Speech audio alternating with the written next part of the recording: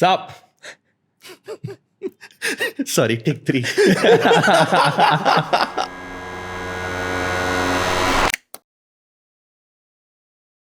What's up? Well, finally, huh? Yeah. We're here. It's been 10 years since we've been talking about a podcast. Yes. And now we're here Yeah. for Switch. I wish we had started 10 years ago. Yeah.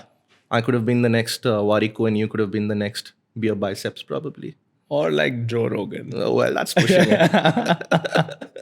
But yeah, man, I'm excited. Are you excited to do a podcast? I am. I've always wanted to... I've always felt like I actually wanted to be a journalist at some point. And that's why I went to journalism school where I met you. But never did anything eventually.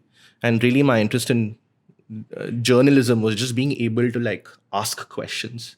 I'm still like the annoying guy in my family because I keep asking a bunch of random questions. And at VC, right? Like, isn't a lot of what you do Right. asking entrepreneurs questions? Yeah. So I think I found my sort of like the perfect job, which is a VC on the weekdays and a podcaster on the weekend. But why are we doing this is the question. Yeah, I think... So when I got a call that said, "Night, we should do this," you just said yes. I just said yes. Yeah. I even before hearing the idea. This is like Kejro calling Shah Rukh Khan in like early 2000. I think, I actually love what we're doing, which is that I think you and I have had a pretty unstructured career. I think I'll talk about myself and then maybe you can talk about you. I studied journalism and then did Teach for India, which is a 2-year teaching fellowship. And then worked with them for a couple of years, then went to the US to Harvard to study like public policy, which was a lot of like statistics and economics. And I don't know if you know this, but I eventually majored in like social finance. Yeah. And then did a bunch of internships, one in Jordan, and then did impact investing with DRK for a while. Then went to IDEO to do product design, and sort of now I'm, co-founding Hushl with Akash.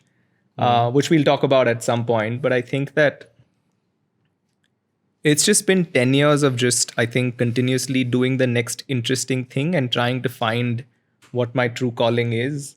And it isn't sort of this one straight path, right? Which is that I studied something in college and then I just stuck to it for 10 years. Like, I think that's not been my journey. Yeah. That hasn't been your journey either. Yeah. And do you want to talk about what your journey's been? Well, mine goes back to a little bit further. I grew up in Nigeria. My dad used to work there. So I spent the first 14 years of my life were there. And there were 2 things that I were very inspired by at that point. The first was when I was in 6th grade, I began to get really inspired by Raavan, right? And I said, okay, I probably didn't have his defense, but I probably could come back to India and hone that defense, and actually come and be a cricketer. It's a different issue that I didn't have the talent for it. And then the other thing that I was really interested and inspired by is Rajdeep Sardesai. Yeah. He would be on TV. We had only 2 or 3 Indian channels at that point in time, and he would just be the guy you'd see on NDTV at that point. Yeah. And I said, wow, he has some amazing confidence, right? And so because of that, I thought maybe this is what I could probably do. One of these 2 careers. I came to India, didn't do too well in my boards and all of those sorts of things. And then I said, okay, maybe science is not my calling. Journalism is probably it. Applied to Symbiosis. It was the #1 mass comm college, journalism school at that point. Got in, met a bunch of really interesting people like you. And then the moment I got done with journalism, I was like, okay, I'll come back. But I actually don't have any domain expertise. So I said, maybe I want to do policy journalism. I want to do political journalism. In the meanwhile, let me go get some expertise. Yeah. So I actually did a fellowship where I worked with a member of parliament called the Lamb Fellowship. Wonderful times. Did some crazy things working with this member of parliament from Jamshedpur. Realized I needed a little bit more expertise. So went for my master's, went to London, did SOAS, got a master's in energy and climate policy with a little bit of international economics. Came back, a member of parliament was looking to like hire someone because of like he'd heard about some of my expertise in setting up political offices. Yeah. Did that for a couple of years, worked with the opposition party at that point. So I almost kept delaying my entry into journalism. Yeah. And kept doing one thing after the other. I think my 20s to my 30s would be like an experimentation phase where I'll try everything. I'll go to a bunch of different geographies. Yeah. I grew up in Africa. Spent some time in India. I've done a lot of work in Europe. So I said, okay, this is what I want my life to be. Yeah. So looking back, it's turned out well. And I guess with you, that randomness has also turned out well. Yeah. Do you feel like you lack the expertise in any sort of space because you haven't delved in as much? No, I think it's a great question. I feel like I think there's a really interesting bass guitarist who does this really well, where he shows you what a wrong note is, and he plays the guitar, and then the rhythm goes somewhere, and then he plays a wrong note, and then what he says is that it's not the wrong note, it's the note that you play after that determines if the previous note was wrong or right. And so you play something, and once you've played a wrong note, if you just continue down that line, and if you make something of it, it's just a transition. It's not a wrong note. But if you freak out and you play a wrong note and you try to go back to it, then it becomes very obvious that it's a wrong note. And so I think the way that I look at it is that I think I've made a few transitions, but I don't think I've thought of them as like wrong notes necessarily. And so I think what I do now is I look back and it's some melody. Right? Like it has some rhythm to it and it has some music to it.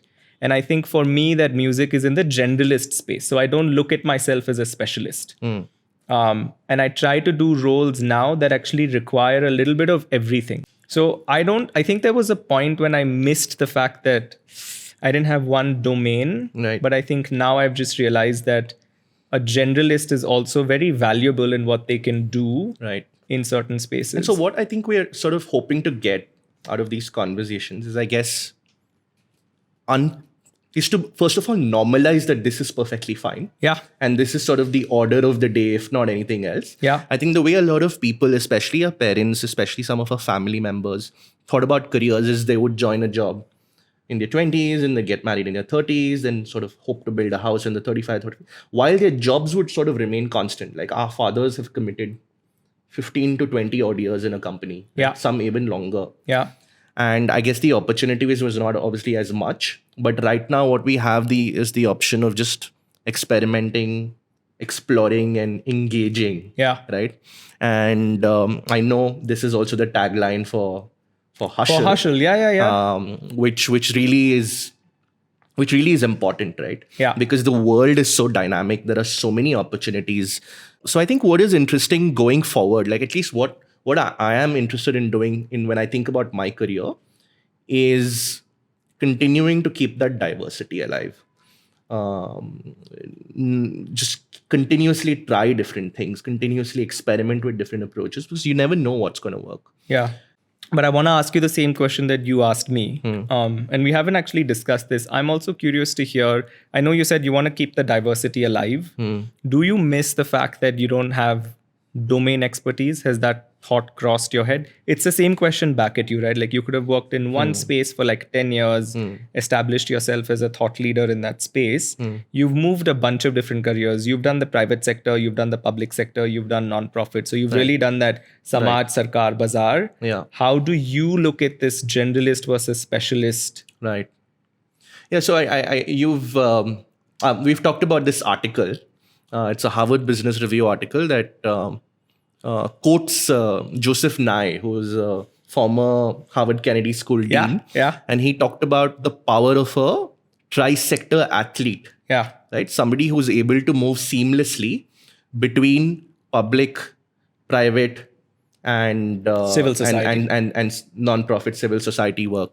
And he talks about a tri-sector athlete as someone that the world will need going forward. Right. Because a lot of the skills are going to be transferable across these different industries and different sectors and even different domains, right? Yeah. And he says what the world needs is there are going to be a bunch of people doing different things in each of these spaces. Yeah. What the world needs is one or two people in every sort of a role that connect all of these three things together. Yeah. Right. And I feel like, given my experience, my role is better off as a connector. Yeah. I don't think that I have the strength to fully build something in the private sector. Right. I don't think I have the strength to be an out and out policy wonk in the public sector. And I don't think I have the resilience to sort of thrive in the non-profit sector. Right. But what I can probably do is when you put that Venn diagram, I'm somewhere in between. Got it. Right.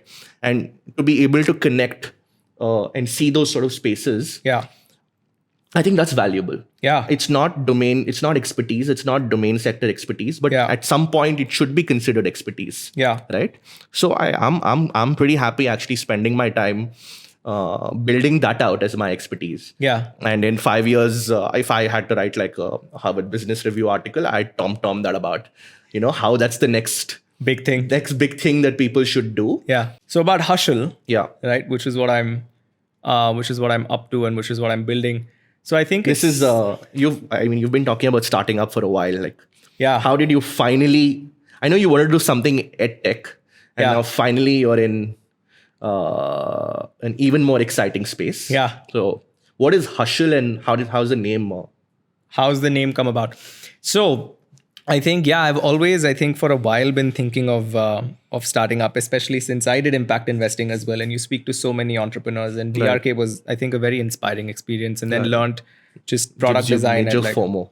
yeah, it does. Because, you speak to people that really have so much skin in the game, and sort of learned how to build 0 to 1 product. And then, and now I'm at Entrepreneur First, which is a tech incubator that brings both aspiring CEOs as well as CTOs together in a room for 3 months. And then they take you through a program where hopefully you find a co-founder, and then you're able to also zone in on a market, on an idea, and then actually start building it out. And I found a great co-founder here, which is Akash. And I think we'll interview him at some point in the podcast and sort of decode his journey. He's got a fascinating journey. And so the both of us were very sort of, I think, keen on edtech, and started looking at just what are the things that kids in India want? Because you always start with your users and you're like, what do you guys want? What's up? Right. And so we realized that there's 2 big things that people want. When I say people, I mean young adults, right? Like, so think of folks between the ages of like 15, 16, all the way through to when you finish college, 21, 22. And people are like, I want higher grades in my board exams and my competitive, exams. And then I also want to know what to do with those grades, right? And the first problem is being solved by a bunch of edtech startups in India, right? You've got your Byju's and, Unacademy and Vedantu and everybody else who's sort of working in that space. And we realized that there aren't a lot of organizations working in this second space, which is that even if you get a 98 in maths and you've worked really hard for it, do you want to take science? Do you want to instead take commerce? Do you want to take arts? Like, what do you actually do with your life? Right. And it's taken you and me. I had the same issue. Right. And it's taken you and me like a lot of trial and error over years to actually figure out what our true calling is. Right. And I think what Akash and I are working on with Hushl is just trying to build a platform that just squeezes that journey into a few months. And it's amazing that you're also sort of building Switch, which is a podcast. The tagline I keep forgetting: crazy career moves, right? Yeah. Crazy career moves for crazy people in a crazy world. Yeah, sure. Sorry for that. But I think what's going to be interesting over the next few weeks is where we sort of highlight this journey of 7 such crazy people and talk about their careers. It's going to be a lot of fun. Yeah. And, I think when we talked about podcast, the first idea that I remember talking about is if we could deconstruct Dil Chahta Hai. If you remember, that was our first podcast idea. I think we've come a long way. Now we're deconstructing careers. But I think the sentiment sort of remains the same. Yeah. Okay. Should we, I know we brainstormed a little bit about doing rapid fires on these individuals in these interviews. Yeah. Should we practice one ourselves? Let's do one super quickly. If not, we might just bomb everything up. Okay, rapid fire. My first question to you is, what's something you believed in your 20s that you don't believe in now? I, in my 20s, thought I took myself a lot more seriously, right? And I thought that, that sort of seriousness is required to succeed. Okay. Professionally or personally. Yeah. And there's this quote that I don't know if whether it's attributed to Ratan Tata or Chetan Bhagat or whoever it is, because it keeps sort of floating around. It says, "Don't be serious, be sincere." And this sort of resonates very strongly with me because everybody who has seen me knows that I'm not a serious character. I don't want to be ever serious. But in my 20s, I thought that was what would Take me far. Take me far. Now I'm just hoping to be sincere. And everything I do is an attempt at, in some form, some sincerity is involved. Cool. Do you have a question for me? Oh, it's like one on. Okay. Yeah. Cool. You've had an interesting career over the last sort of 10 to 12 years. What is the one thing that you are most grateful for? What's the one thing I'm most grateful for? And if it is to someone or... Yeah. Yeah. I'm actually very grateful for my time at DRK, which was Draper Richards Kaplan, because I worked with 3 amazing managing directors. I worked with Stephanie Cornell, Bill Rodriguez, and Natalie Kylander, who were 3 people that had done amazing things in their life. And sort of, I think a lot of the, I don't know if you feel this, but I feel like a lot of the venture capital associate roles, like a bit of an apprenticeship, where, you see people that have been there, done that, like make decisions. So I saw these 3 people sort of work with entrepreneurs. They were super hands-on. And I saw them, I think, just work with entrepreneurs. And they were also very encouraging of not doing the VC associate role for too long. And they said, you must go out and actually build something of your own. And I feel like a lot of what I'm doing now was instilled when I was at DRK. Just the idea that you must take a risk and actually build something of your own and roll up your sleeves and get your hands dirty. Okay. So I feel like when I look back off the top of my head, like that's something I'm super grateful for. Okay. That's a good answer. Yeah. Okay. My question to you is, what does success look like for you? Success, I think we sort of think about success from a professional standpoint more often than not. But then, again, bunch of things that you read, which is like, there's no point getting a promotion on the day of your breakup. There's no point, being sort of solving Excel sheets in a hospital bed, or trying to make an investment memo when you have a splitting headache. So I think what I think success is just really balance. Balance is extremely important, and to ground yourself, be humble, realize that you are not the epicenter of this world. You are very much replaceable, at least professionally. Personally, you are not. You're not replaceable to your parents. You're not replaceable to your friends. So I think the way I think about success is a little bit more holistically. One is to do as much impactful work as possible, but at the end of the day, be there for the people who really matter to you the most. That's, I think, would be success. Cool. Okay. Your sort of question, if you could pick any job, any role, any geography, what would you do and why? I'd be a startup founder in Bangalore. You'd be a startup founder in Bangalore? No brainer. Is Bangalore the place to be? 100%. Why is that? I think the concentration of talent in Bangalore, I think the number of people that are trying to build startups in Bangalore, I think just the energy and the vibe that this space has for someone who wants to be entrepreneurial is incredible. And so I think I would be exactly where I am now, which is an aspiring startup founder in Bangalore. Okay. And maybe one more question.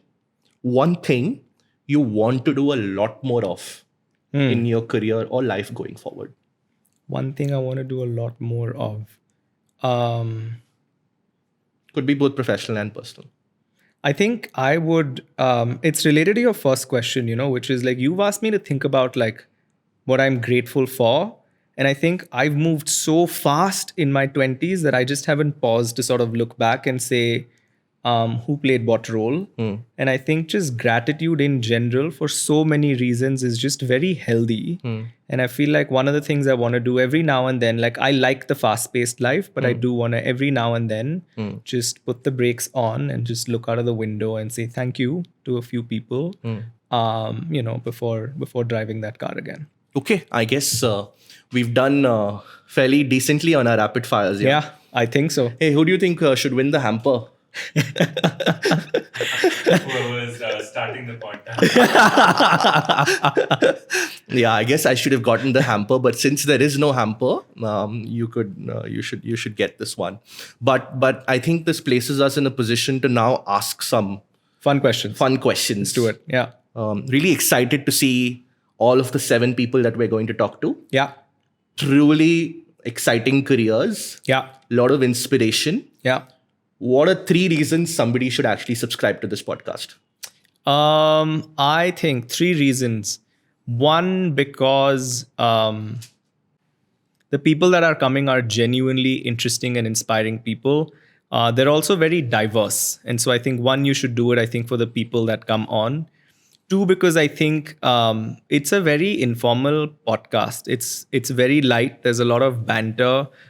We don't take ourselves seriously. The guests don't take themselves seriously because we know them. And so that's the sort of podcast that this is going to be.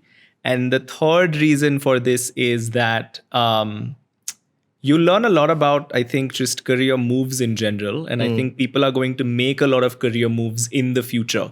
And I think most people watching, you're going to make a bunch of career moves in the future. So I think you learn a lot, I think, from listening to these people as to why they've made career moves. So those are your 3 reasons. Okay, super excited. Thank you, Adithya. All right. As usual, fun doing this with you. Please join us for Switch, crazy career moves for crazy people in a crazy world. We'll keep modifying this tagline as and when we go along. Yeah. When we have a better budget, we'll probably hire some communications agency Sure. to help us get this tagline for season 2.